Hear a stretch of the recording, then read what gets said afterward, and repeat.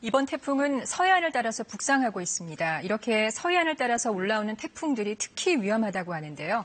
왜 그런지 또 이번 태풍의 특징은 어떤 것들이 있는지 다시 한번 정리해드립니다. 스튜디오에서 이하경 기자가 설명합니다. 네, 과거에 한반도 주변을 통과했던 태풍들의 이동 경로를 먼저 좀 보겠습니다.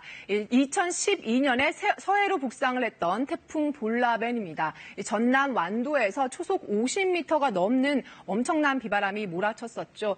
다음 2010년 곤파스 같은 경우에는 서해로 올라와서 수도권을 강타했습니다. 또 1999년 태풍 올가도 이 서해를 따라서 북상을 했는데 피해가 상당했습니다. 초속 50m의 강풍이 불어서 이 철제 구조물까지 휘일 정도였습니다. 이번 태풍 솔릭도 서해를 따라서 올라오고 있죠. 최대 초속이 40m에 가깝고 시속으로는 130km가 넘는 강풍을 몰고 올 걸로 예상이 됩니다.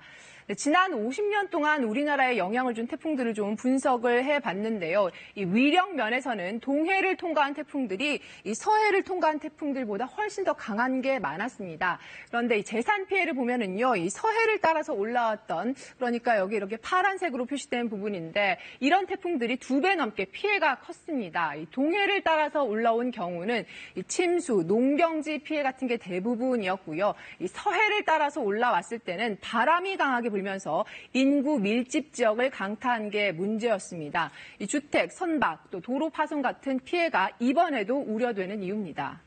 이번 태풍이 위력적일 걸로 보는 이유 또 있습니다. 이 태풍 솔릭이 서해로 접근하는 사이에 이 동해 쪽으로는 20호 태풍 시마론이 올라오고 있다는 겁니다. 같은 시간대 서해랑 동해에 태풍 2개가 동시에 북상하는 초유 사태가 벌어지고 있는 겁니다. 이 시마론은 오늘 일본 열도를 통과를 해서요, 내일 동해상에 진출할 걸로 보입니다.